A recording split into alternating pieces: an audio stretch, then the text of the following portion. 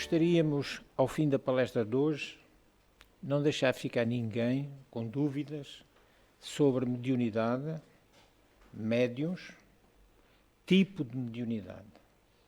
E muito menos que nós saíssemos hoje daqui sem saber se somos ou não médiuns. Então a palestra vai nesse sentido, de uma vez por todas entendermos qual é o nosso patamar espiritual. Allan Kardec, no capítulo 14 do Livro dos Médiuns, ensina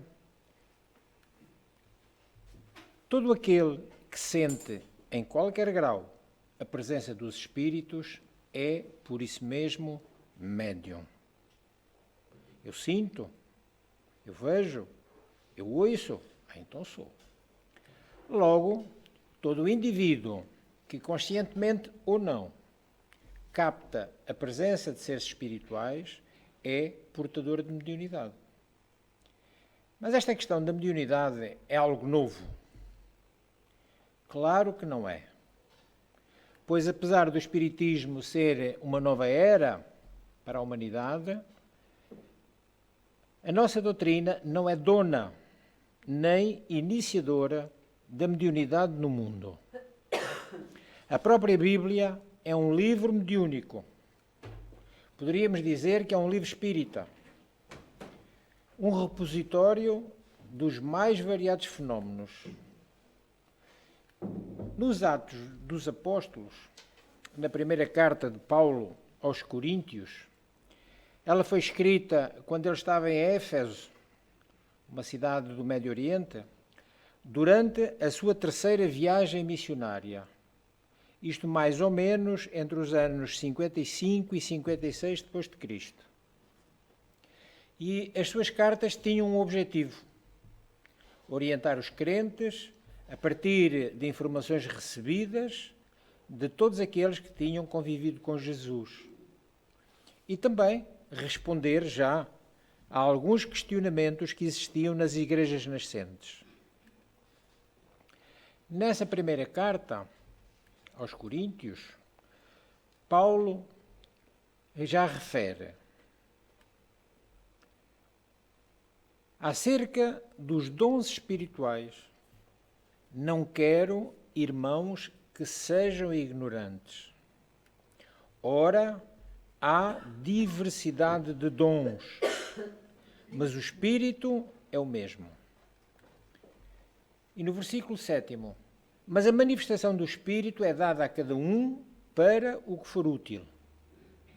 Versículo 8, porque a um, pelo Espírito, é dada a palavra da sabedoria, e a outro, pelo mesmo Espírito, a palavra da ciência. Versículo 9.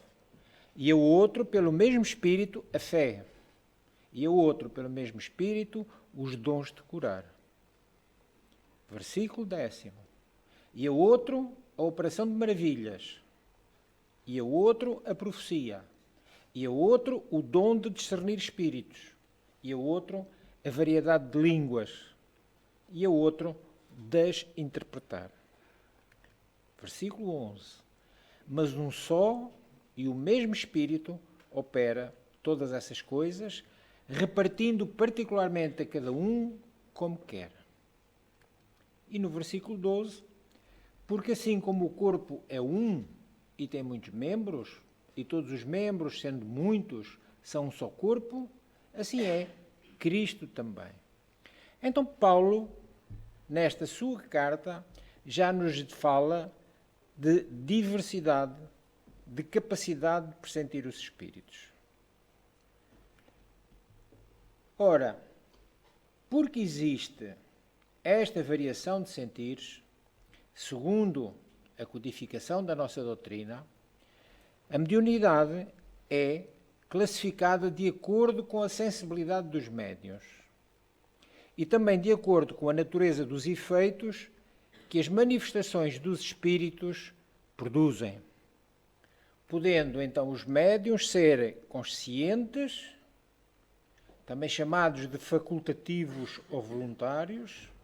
Eles têm consciência dos fenómenos, recordam perfeitamente o que aconteceu, ou os médiuns inconscientes, também chamados involuntários ou naturais. Acontecem as influências, pode até ser a seu mau grado, e sem que delas eles tenham qualquer recordação após o transe. Depois, podemos classificar a mediunidade de efeitos físicos ou fenómenos materiais. São todas as manifestações físicas. E para que isso aconteça, e dando-se o nome às que se traduzem por efeitos sensíveis, as manifestações físicas por efeitos sensíveis, como ruídos, movimentos, deslocação de objetos, de corpos sólidos. Mas para que tudo isso aconteça, os médiuns de efeitos físicos são fornecedores naturais de ectoplasma. Também chamado de força nervosa por Allan Kardec. E o que é o ectoplasma? É um fluido vital, substância considerada um sobreproduto do fluido cósmico universal. O fluido que existe em todo o universo, preenchendo todos os espaços do universo. Portanto, o universo não tem espaços vazios.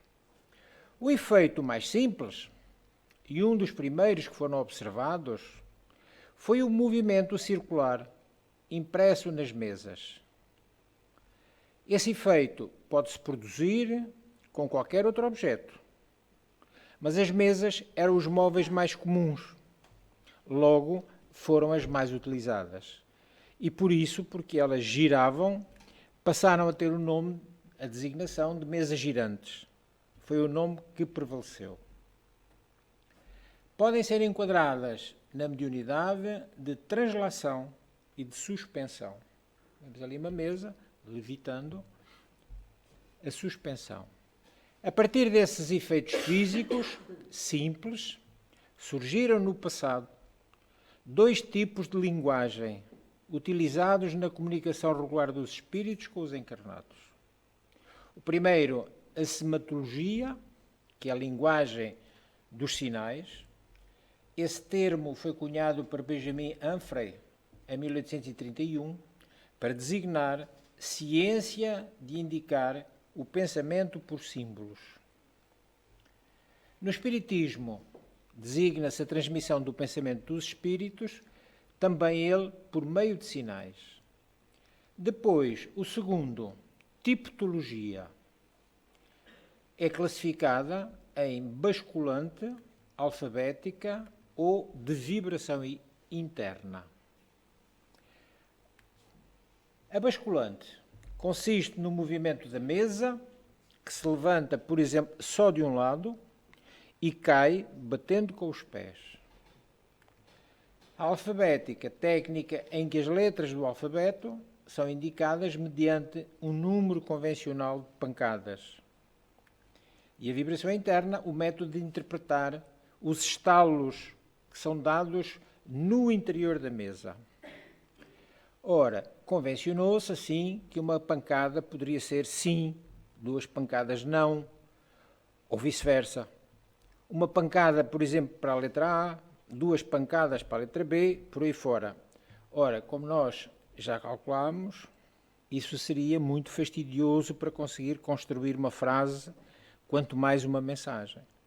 Porque se a mensagem tivesse muitos Zs, tinha logo que ser 24 palavras pancadas de cada vez, e aquilo era muito complicado. Então, mais tarde, surgiram outras técnicas. Por exemplo, esta, a mesa Girardin, em que os médiuns colocavam as mãos sobre este tabuleiro e iam mexendo a mão segundo a vontade do espírito, tocando nas letras que interessavam para formar as palavras. Este nome foi dado em homenagem a Delphine de Girardin. Esta grande mulher publicou romances, tragédias e comédias. Era uma grande médium inspirada. No Evangelho segundo o Espiritismo, o seu espírito assina uma mensagem. A desgraça real. Está no capítulo 5º. No capítulo 5º, que é Bem-aventurados os aflitos. É a mensagem 24. De todas estas técnicas que se foram usando, talvez a mais conhecida seja esta, a tábua Ouija, que ainda hoje muita gente utiliza. Continuando nas capacidades mediúnicas, vamos perceber o que é um médium curador. É o género de mediunidade que consiste principalmente no dom de curar, por simples toques, pelo olhar ou mesmo por um gesto, sem nenhuma medicação. Outra variedade, pneumatografia. Esta é muito rara. É a escrita dos espíritos. Escrita direta, produzida pelos espíritos, sem nenhum intermediário. Está aqui um caso concreto. Uma página que foi recebida pelo barão de Guldenstube. Depois temos a pneumatofonia, ou voz direta. O espírito comunica-se utilizando uma garganta ectoplásmica e transmite a sua própria voz, a voz do espírito. Mas isso também é coisa nova. Vamos à Bíblia. Atos dos Apóstolos, capítulo 26, versículo 14. Todos conhecem isto. Voz direta de Jesus. Saulo, Saulo, por que me persegues? Agora temos as materializações e aparições. Estes fenómenos foram investigados exaustivamente por grandes cientistas do passado. Também não é nada novo. Século XIX, século XX, muitas experiências foram feitas. No caso concreto, vemos ali na imagem, um cientista britânico, William Crookes. Ele sistematizou estes fenómenos de materialização dos espíritos, sobretudo pela análise do espírito de Katie King, que ali está fotografada junto com ele. O cientista e um espírito materializado. Também acontecem fenómenos de desmaterializações. Há um livro muito curioso sobre um caso de desmaterialização do grande Alexander Aksakov, e esta obra aborda o impressionante fenómeno da desmaterialização parcial do corpo de um médium. Talvez aqui fazermos um parêntese. Quando um médium está em transe, é muito perigoso ser tocado. Não sabemos se ele está a ceder ectoplasma, não sabemos o que é que está a acontecer ao seu redor, não temos capacidade de apreciar isso, e o simples facto de tocarmos no médium pode dar um choque energético de tal forma que o médium pode morrer. Vejam a gravidade. Também há os fenómenos de transporte. Vejam, um lindo lírio com mais ou menos 1,82 m, surgido numa das sessões com a médium Elisabeth d'Expérience, que é ela que está ali. Os fenómenos de poltergeist, também chamado por alguns parapsicólogos como psicocinésia recorrente espontânea. Temos aí vários exemplos. Aí as ocorrências físicas ocorrem como chuva de pedras, movimentação de objetos, sons, combustões espontâneas, aparecimento de chamas, luzes, entre outras coisas. Depois temos ainda médiuns noturnos.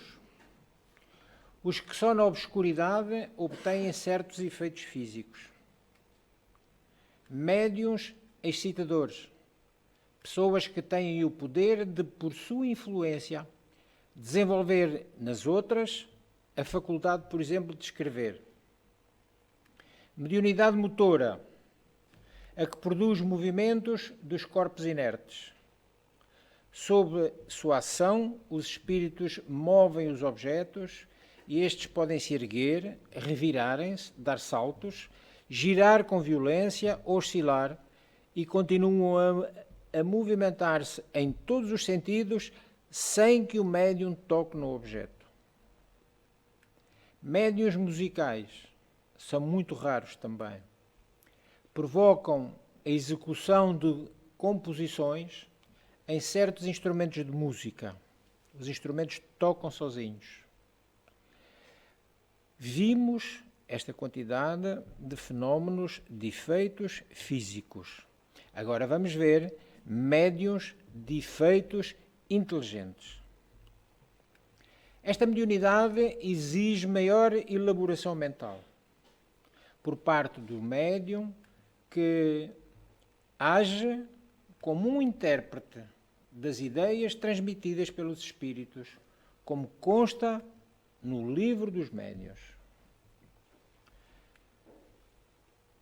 Atenção! Kardec deixa-nos ficar um aviso muito importante. Caso o médium não possua boas condições morais, nem bom preparo doutrinário, se ele não souber o que é mediunidade, o que é a doutrina dos espíritos, poderá interferir na mensagem que o espírito queira transmitir, invalidando-a. Logo, se temos a capacidade mediúnica, instruamo-nos para sermos bons intérpretes dos espíritos. É óbvio que a interpretação do pensamento dos espíritos, como qualquer outra habilidade humana, desenvolve-se com o tempo, mas está diretamente relacionada com o empenho do médium em querer ampliar o seu conhecimento. E mais do que isso, em um médium querer transformar-se em pessoa melhor. Faz parte desta categoria, como vamos ver, uma grande variedade de médiuns. Serão apenas destacados os tipos que predominam, sobretudo nas reuniões mediúnicas usuais da Casa Espírita. E nesta mediunidade de efeitos inteligentes temos médiuns intuitivos, faculdade comum a todos os seres humanos. Manifesta-se na forma de uma ideia ou uma imagem que cruza o cérebro. Em geral é muito sutil, de forma que na grande maioria das vezes não é valorizada pela própria pessoa. Quantas vezes não damos atenção às nossas intuições? Depois os factos acontecem e a gente lembra, foi aquilo que eu pressenti. É uma faculdade, como já dissemos, comum aos seres humanos, é definida como uma percepção fora dos sentidos corporais. É o tal sexto sentido, a intuição. É de natureza, portanto, dissemos, extrasensorial. Segundo o espírito do Dr. André Luiz, ele disse que a mediunidade, a intuição, é a mediunidade inicial da humanidade, surgida nos primórdios da evolução humana. Pode-se amplamente desenvolver pelo exercício. E a intuição é uma ferramenta inestimável do processo evolutivo do indivíduo. Assim como na prática mediúnica.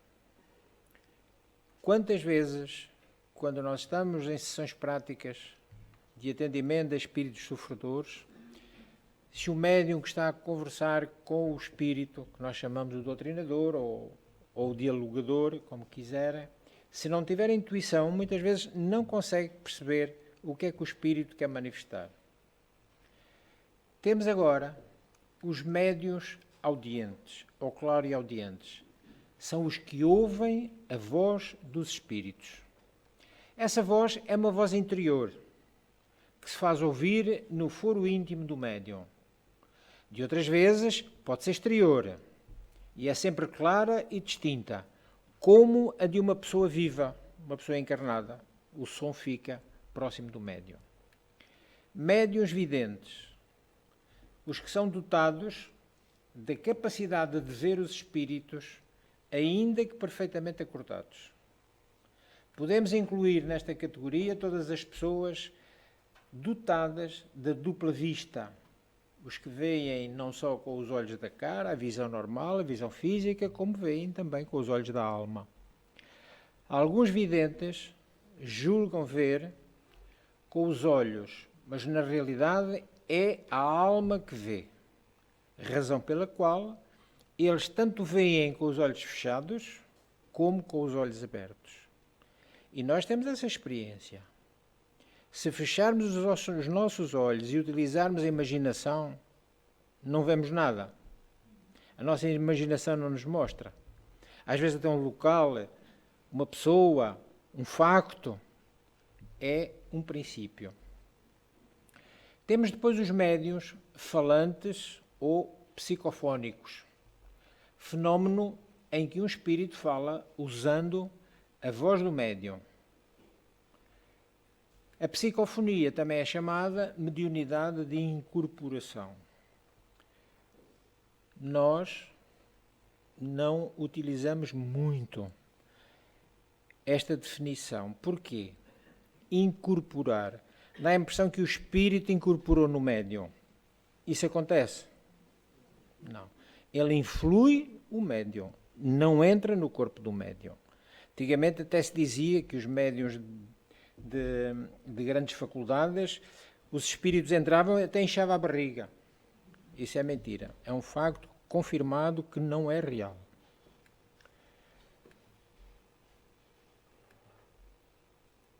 A psicofonia abrange duas formas de expressão, de acordo com o grau de transe do médium. A psicofonia consciente e a inconsciente. A consciente é intuitiva, a inconsciente é a sonambúlica. Dá a impressão que o médium está a dormir no transe profundo. A psicofonia consciente, o espírito comunicante aproxima-se do médium e telepaticamente transmite as ideias que deseja enunciar. Não há nenhum efeito sedativo sobre a área do cérebro do médium.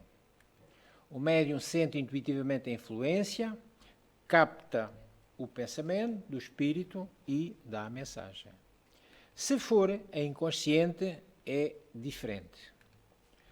O mentor aplica as suas forças magnéticas sobre o chakra coronário do médium. E depois, o que é que acontece? Essas forças energéticas vão sensibilizar e ativar a glândula pineal. Nós já sabemos que é o ponto por onde se desenvolve a mediunidade, fazendo-a produzir melatonina. A melatonina é direcionada para a parte do córtex cerebral responsável pela fala. Sob o seu efeito da melatonina produzida pela pineal, o médium fica como que sedado. O médium perde o comando da fala. Se ele quisesse falar, não conseguia. Mas permite, desse modo, que o espírito utilize. Utilize o quê? O seu centro de força laríngeo. E aí surge a voz. Quando o transe mediúnico é mais profundo, o médium entra num estado de sonambulismo e não se recorda do que transmitiu durante a manifestação do espírito. Médiuns escreventes ou psicógrafos são os médiuns aptos a receber a comunicação dos espíritos através da escrita. De todos os meios de comunicação dos espíritos para nós, a escrita manual é a mais simples, mais cômoda e, sobretudo, mais completa. E a psicografia pode-se manifestar de forma intuitiva, mecânica ou semimecânica. Intuitiva. O espírito comunicante não atua sobre a mão do médium para fazê-la escrever, não a toma, não a guia. Atua sobre a alma, sobre o espírito do médium, com o qual se identifica, imprimindo-lhe a sua vontade e as suas ideias, que ele depois passa ao papel. O semimecânico, o médium sente que sua mão é impulsionada, pode ser até contra a sua vontade, mas ao mesmo tempo tem consciência do que escreve. Não é ele que quer escrever, é o espírito que quer, mas ele percebe o que é que está a escrever. À medida que as palavras se formam, o pensamento vem ao mesmo tempo que a escrita. Por fim, a psicografia mecânica, o espírito atua diretamente sobre a mão do médium. Dá-lhe uma impulsão completa, independente da sua vontade. Enquanto o espírito tiver alguma coisa a dizer, a mão move-se sem interrupção e à revelia do médium, parando somente quando o ditado termina. E, por sua vez, a psicografia pode ser inspirada. É o tipo de mediunidade que recebe mensagens em estado de êxtase, comunicações mentais estranhas às suas ideias. E o que os caracteriza é, sobretudo, a espontaneidade e o caráter rico das informações. Psicografia de pressentimentos. O pressentimento é uma intuição vaga das coisas futuras. Existem casos em que ao médium de pressentimento é dado o direito de mediar, por escrito, avisos do plano espiritual, com a finalidade de precaver alguma situação, quando esta está ligada ao livre arbítrio do homem.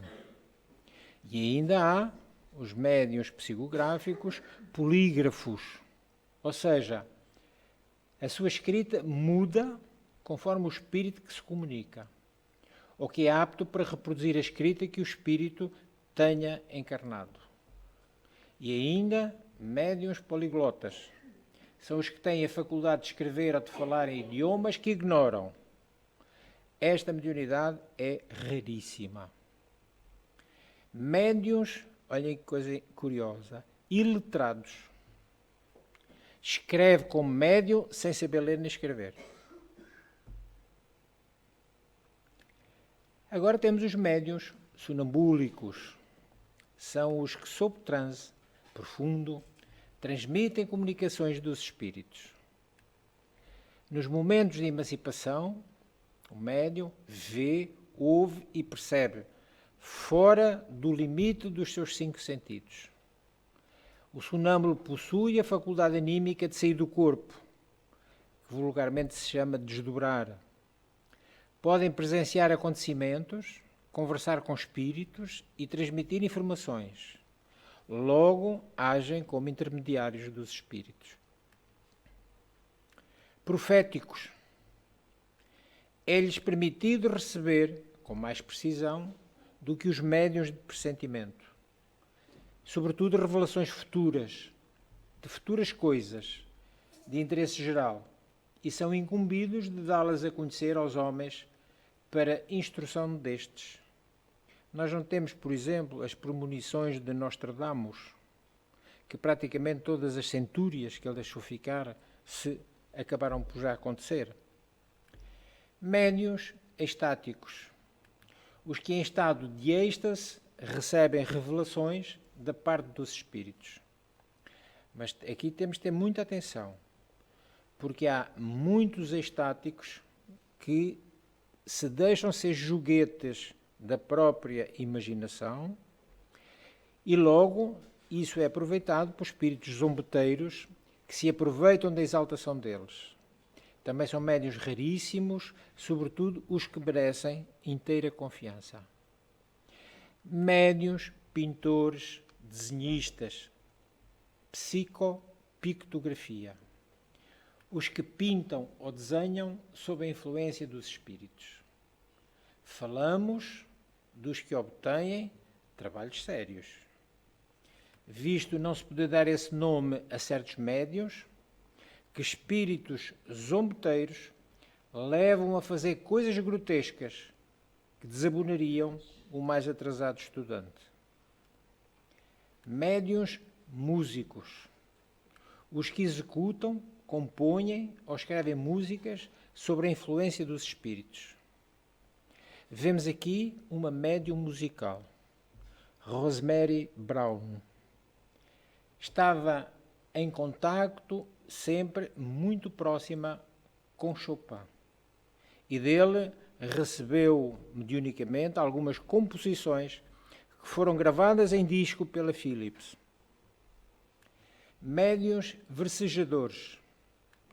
Obtêm mais facilmente do que outros comunicações em verso. Muito comuns para maus versos. Muito raros para versos bons. Poéticos. Sem serem versificadas, as comunicações, sem serem verso, que recebem, têm qualquer coisa de vaporoso, de sentimental. Nunca nada que mostre rudeza. São mais do que os outros próprios para a expressão de sentimentos ternos e afetuosos. Tudo nas suas comunicações é vago. For inútil pedir-lhes ideias precisas. Estes médiuns são muito comuns. E agora temos médiuns positivos. O fenómeno mediúnico, que no livro de Sueli Lemos Lima, ela trata sobre este assunto. As comunicações destes médiuns têm geralmente um cunho de nitidez e precisão, que muito se presta às minúcias circunstanciadas, aos informes exatos, coisas precisas, concretas, muito raros também. Temos médiuns literários. Não apresentam nem o que há de impreciso nos médiuns poéticos, nem o terra-a-terra dos médiuns positivos. Porém, dissertam com sagacidade. Têm o estilo correto, elegante e frequentemente, de notável eloquência. No caso concreto, vemos aqui Amália Domingo Soler, que escreveu coisas maravilhosas. Médiuns incorretos. E aqui incorreto não é porque é deseducado ou tem falta de educação, não é isso. Porque podem obter excelentes coisas, pensamentos de inatacável moralidade, mas num estilo às vezes prolixo, com demasiadas palavras, incorreto, portanto, sobrecarregado de repetições e de termos impróprios. Médiuns historiadores. Os que revelam aptidão especial para as explanações históricas. Temos o exemplo concreto de quem? Emmanuel e Chico Xavier.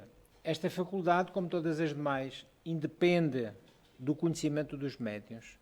O médium pode não saber nada daquilo, mas o espírito transmite-lhe a mesma mensagem. Porquanto não é raro verem-se pessoas sem instrução, e até crianças, tratarem de assuntos que lhes não estão ao alcance. Médiuns científicos. Reparem que não dizemos sábios, porque podem ser muito ignorantes, e apesar disso, mostram-se especialmente aptos para comunicações relativas às ciências.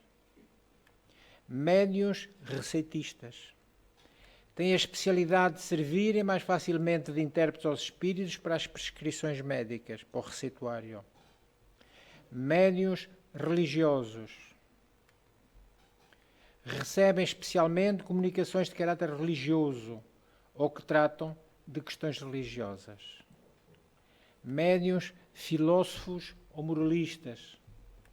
As comunicações que recebem têm geralmente por objeto as questões de alta filosofia e de moral.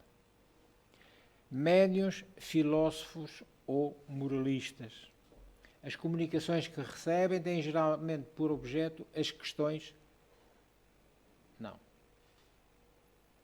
Já estamos a repetir. Já dissemos.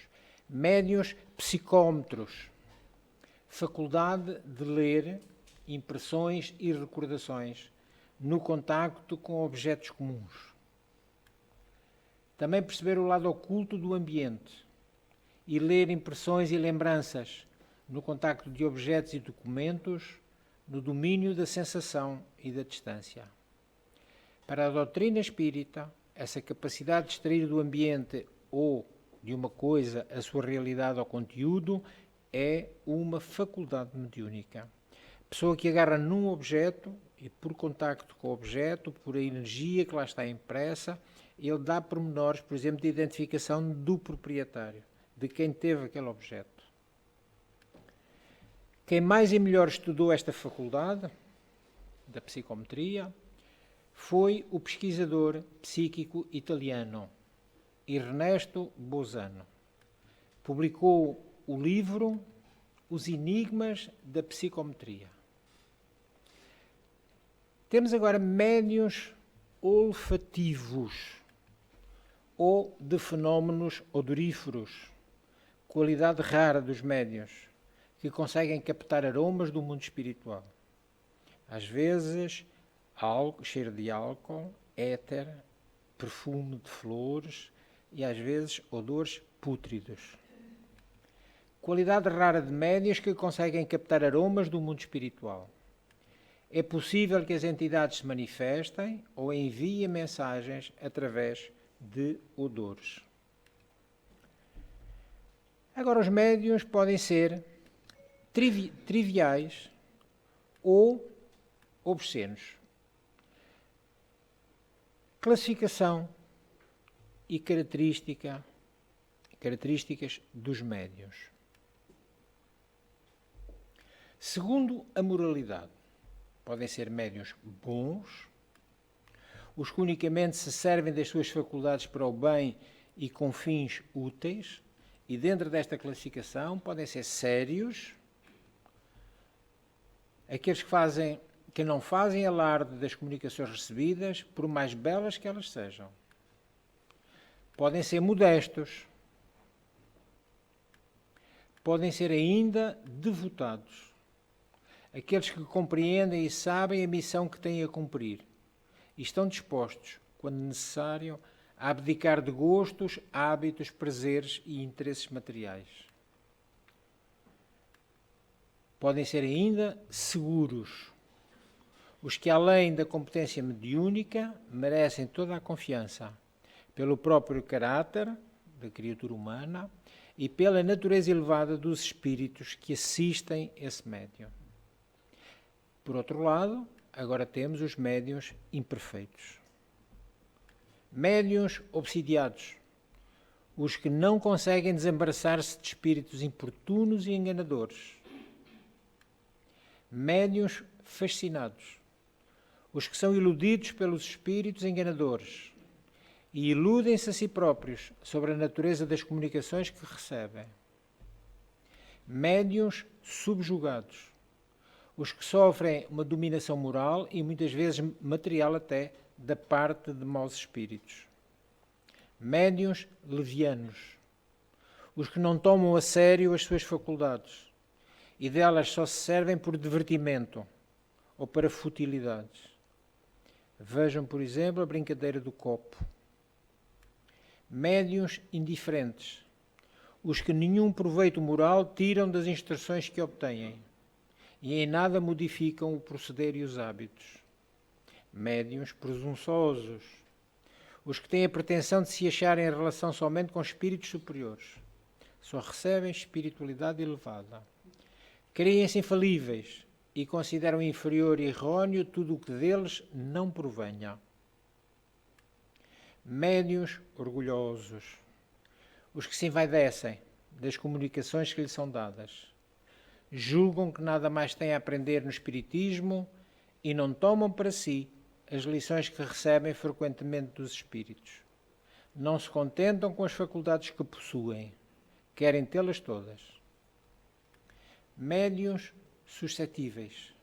Esta é uma variedade dos médiuns orgulhosos, porque não aceitam críticas, zangam-se com a menor contradição e mostram que têm aversão às pessoas que não os aplaudem. Médiuns mercenários, os que exploram as suas faculdades. Médiuns ambiciosos, os que, embora não mercadejem com as faculdades que possuem, mesmo assim, esperam tirar delas quaisquer vantagens. Médiuns de má fé, os que, não possuindo faculdades reais, simulam as de que carecem para se dar importância. Não se podem designar pelo nome de médiuns. Nenhuma faculdade possuindo, logo, não são médiuns, são charlatães. Médiuns egoístas, os que somente no seu interesse pessoal se servem de suas faculdades e guardam para si as comunicações que recebem. Médiuns invejosos, os que se mostram despeitados com maior apreço dispensado a outros médiuns que lhes são superiores. Vimos a classificação moral dos médiuns. Vamos agora ver as características. Segundo as qualidades físicas, os médiuns podem ser calmos, escrevem sempre com uma certa lentidão e sem experimentarem nenhum tipo de agitação. Médiuns velozes, escrevem com rapidez. Médiuns convulsivos, aqueles cuja mão e algumas vezes todo o corpo se agitam num tremor que é impossível dominar. E ainda continuando a ver as características dos médiuns, agora segundo o desenvolvimento das faculdades. Médiuns novatos, aqueles cujas faculdades ainda não estão completamente desenvolvidas e que carecem da necessária experiência. Médiuns improdutivos, os que não chegam a obter mais do que coisas insignificantes, monossílabos, traços ou até mesmo letras sem conexão. Médiuns feitos ou formados, aqueles cujas faculdades mediúnicas já estão completamente desenvolvidas. Médiuns lacónicos, cujas comunicações, embora recebidas com facilidade, são breves e sem nenhum tipo de desenvolvimento. Médiuns explícitos, as comunicações que eles recebem têm toda a amplitude e toda a extensão que se podem esperar de um escritor consumado. Médiuns experimentados, têm facilidade de execução resultante da experiência e do estudo sério do espiritismo.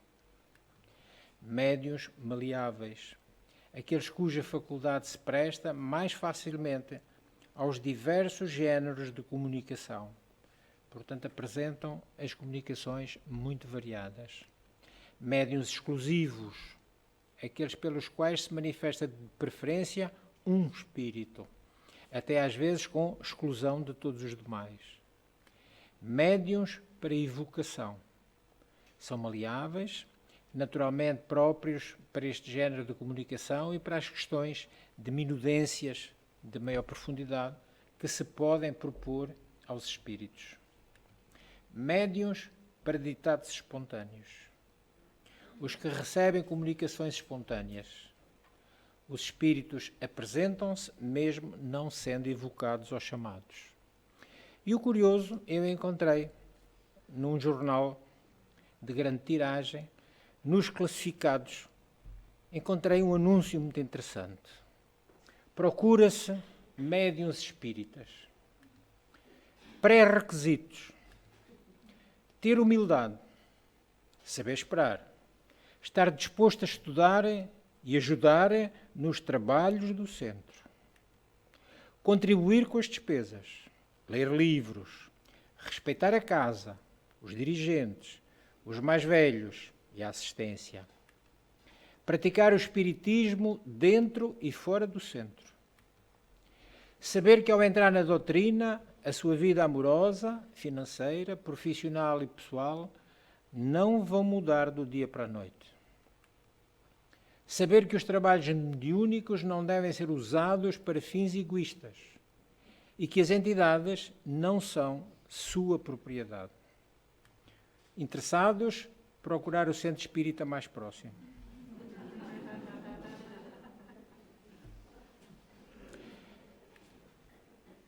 Já falámos dela.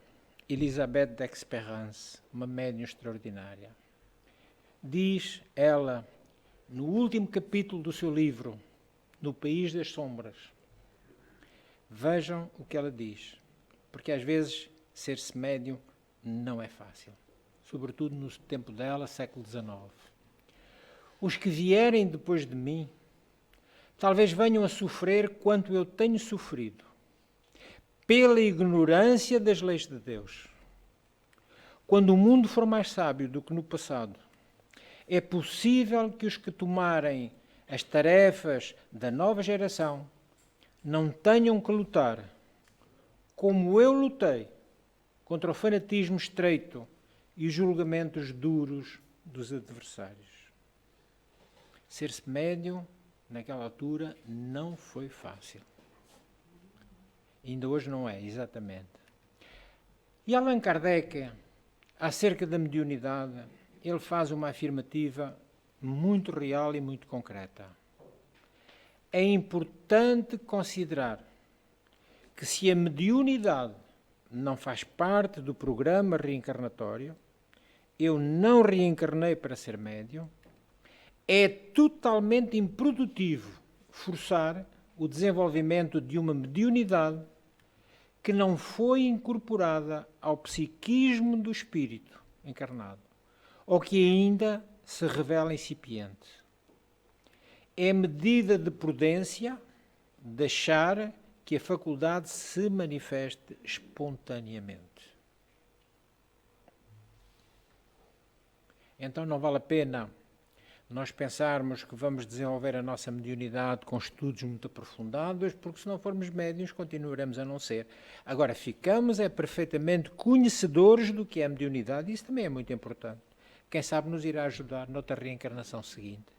Então, para a vossa informação, a bibliografia de que nos servimos foi, a base geral, o Livro dos Médiuns, que é o maior manual que nós podemos encontrar sobre mediunidade, os mecanismos da mediunidade, do nosso querido Chico Xavier e Valde Vieira, que trouxeram do mundo espiritual as informações de Emmanuel, a diversidade dos carismas, do Hermínio Correia de Miranda, e a Seara dos Médiuns, também de Chico Xavier, ditado pelo Espírito Emmanuel. Espero, como disse no princípio, que vos possa ter ajudado a perceber se em vós existe qualquer tipo de mediunidade. Porque agora sabemos o que ela é e como ela se pode manifestar. Pela vossa atenção, muito obrigado.